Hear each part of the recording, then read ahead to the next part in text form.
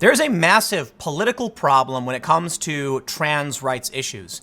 And the big problem is that many of the more extreme activists for trans rights have figured out how to weaponize cancel culture and cause career damage to people who work in academia. This is not a attack or condemnation on the trans community as a whole. It is a small group of people, and there are many people I actually follow and listen to on this point. This is not an opinion that I just one day came up with. It's from watching creators and people who are trans who talk about these issues. Recently, to cite reference, you saw what happened with ContraPoints, who is a left-wing, very popular, very famous YouTuber who was attacked because of comments about non-binary trans. So the point is, the activists actually make it much more difficult for everybody to have a conversation about what we should or shouldn't be doing. And it's a fact that this video and my channel are at risk simply for talking about some of these things. And I'll give you the big story now, and I'll talk about some of the things arising out of it. Sky News reports hundreds of young trans people seeking help to return to their original gender. A woman who detransitioned in 2018 says there are many people who have had gender reassignment surgery who wish they hadn't. And the most alarming thing is they tend to be females. This particular woman who detransitioned says that many of the people she talks to, the most of them, are young women who are same-sex attracted, who transitioned and then realized it was incorrect. This actually lines up a lot with what we've seen from the lesbian community when they've said that trans rights activism is erasing lesbianism. Now look, I'm not here to tell you who is right or who is wrong. I can only read this story and give you my thoughts, but it is a fact that there's been scientific research on things such as rapid onset gender dysphoria, which we saw predominantly targeted young females. They tend to be autistic as well. That study was removed due to outrage from activists. And I want to make sure I make it clear, it's not even trans activists for the most part. It is the weird fringe left that will latch onto anything. This cancel culture is causing serious harm to science. I want to read this story, but I definitely want to highlight something even more alarming from a Guardian reporter. This is from Oliver Berkman, who he says in a tweet, quote, "We sought the views of methodologists and clinical trial statisticians, but few were prepared to speak publicly for fear of reprisal.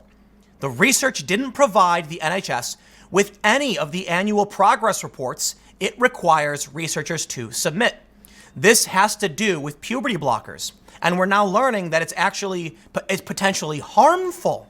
And the main point we're seeing from many people is that the people who research this stuff are scared to talk about the potential consequences of taking this medication because of fear of reprisal." That's terrifying. Now, the reason I highlight that, moving into the story, is that in response to this Sky News story, there's absolutely been a backlash. Everyone who dares talk about it is being called transphobic. And they say that you're latching onto the stories of a few fringe individuals to try and discredit the whole movement. So simply by talking about it, I assure you, I will face tons of flack and criticism. And yeah, well, I get it. But let's read. Sky News reports, hundreds of young transgender people are seeking help to return to their original genders. A woman who is setting up a charity has told Sky News. Charlie Evans, 28, was born female, but identified as male for nearly 10 years before detransitioning. The number of young people seeking gender transition is at an all-time high, but we hear very little, if anything, about those who may come to regret their decision. Now, one of the things presented in this argument is that young women are susceptible to peer pressure and societal pressures. So you take a young woman who happens to be tomboyish or same-sex attracted, and you see the willingness of the mainstream society to say, oh, you're trans and things like this. And then you end up with confused young people who start to transition. This is what we're seeing. Does it mean every trans person is wrong? No. Does it mean that children can't be trans? Absolutely not. I'm not saying that. You want to bring up an argument about the age at which a child understands. I say child as in someone under 18, okay? You can have that argument. The point is, there are some who are pressured, peer pressure or parental pressure or otherwise, that come to regret their decision, okay? They say, there is currently no data to reflect the number who may be unhappy in their new gender or who may opt to detransition to their biological gender. Charlie detransitioned and went public with her story last year and said she was stunned by the number of people she discovered in a similar position. I'm in communication with 19 and 20-year-olds who have had full gender reassignment surgery who wish they hadn't, and their dysphoria hasn't been relieved. They don't feel better for it, she says. They don't know what their options are now. Charlie says she has been contacted by hundreds of people seeking help, 30 people alone in her area of Newcastle. I think some of the common characteristics are that they tend to be around their mid-20s, they're mostly female, mostly same-sex attracted, and often autistic as well. She recalls being approached by a young girl with a beard who hugged her after giving a public talk, who explained she was a detransitioned woman too, and now she has a beard for the rest of her life. There are things you can do, but that's what happens. She said she felt shunned by the LGBT community for being a traitor, so I felt I had something to do. Charlie is now launching a charity called the Detransition Advocacy Network, with their first meeting set to be held in Manchester at the end of the month. Sky News went to meet one person who has contacted Charlie's network for help. She does not want to be identified, so we have changed her name. Ruby is now 21, but first began identifying as male at 13. After taking testosterone, her voice got a lot deeper. She grew facial hair and her body changed. She had been planning to have surgery to remove her breasts in summer.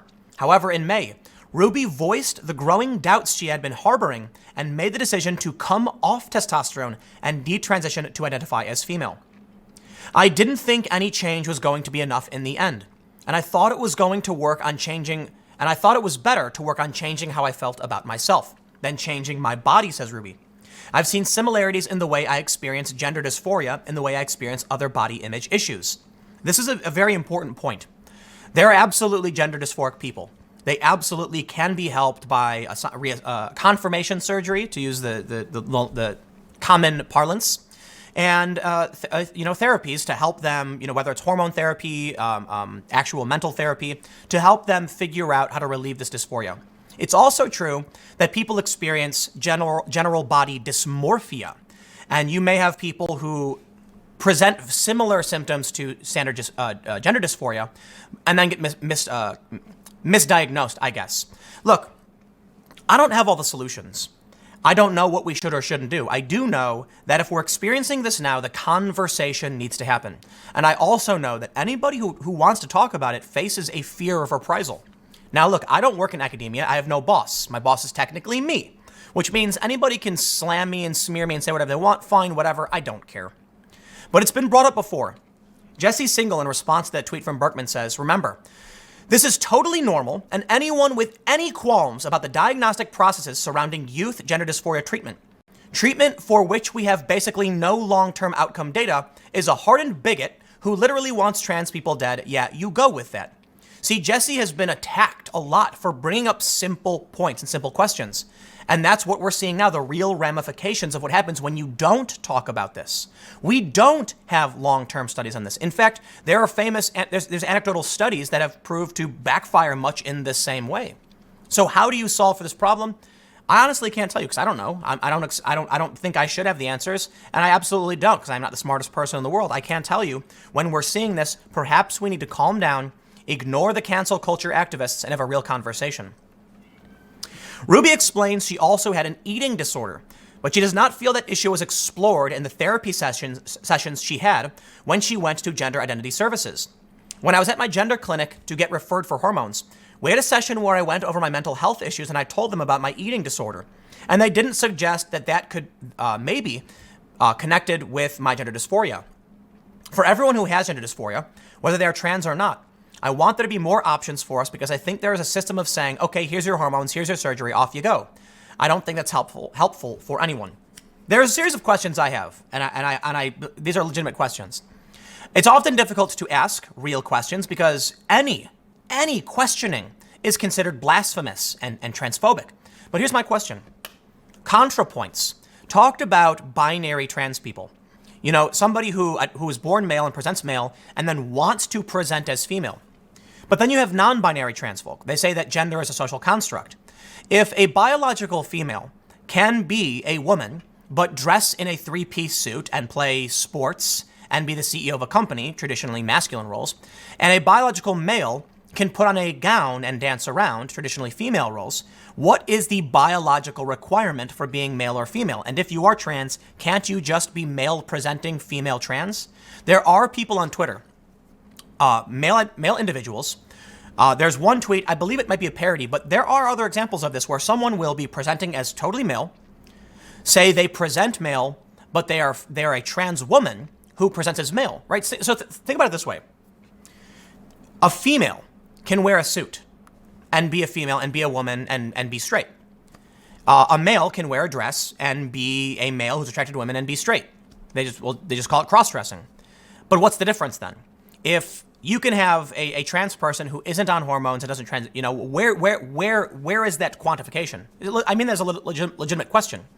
Because if it's true that gender is a social construct and that a female can wear whatever she wants and still be female, why is it that trans people want to get surgery in the first place if women can be biologically male? I'm genuinely confused by that. I don't see how that overlaps.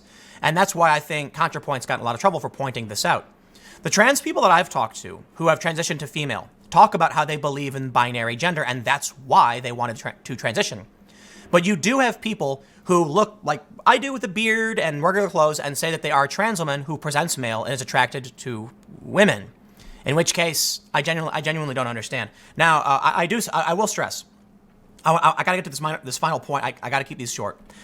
They say they now have a record number of referrals and see 3,200% more patients than they did 10 years ago, with an increase for girls up 5,337%. This is for the NHS center, right? Children, they say, is under 18. That's the point I was making earlier. I highlight this because I have a question. Why is it that there are substantially more women going through this than men? Is something happening that's telling women are women more susceptible? Are females more susceptible? I genuinely would like to ask. And I wonder if it's tied to feminism, because we're telling women to endorse masculine roles, that they should be in the workplace, they should be CEOs, traditionally masculine.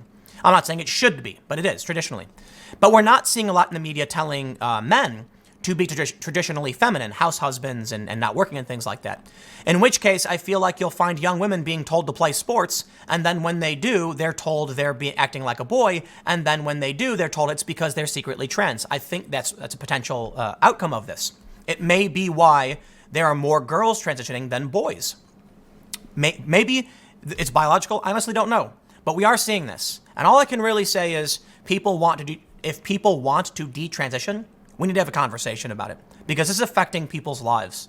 But, hey, it is what it is. I fully expect to get in trouble on YouTube for even talking about it. That's the world we live in.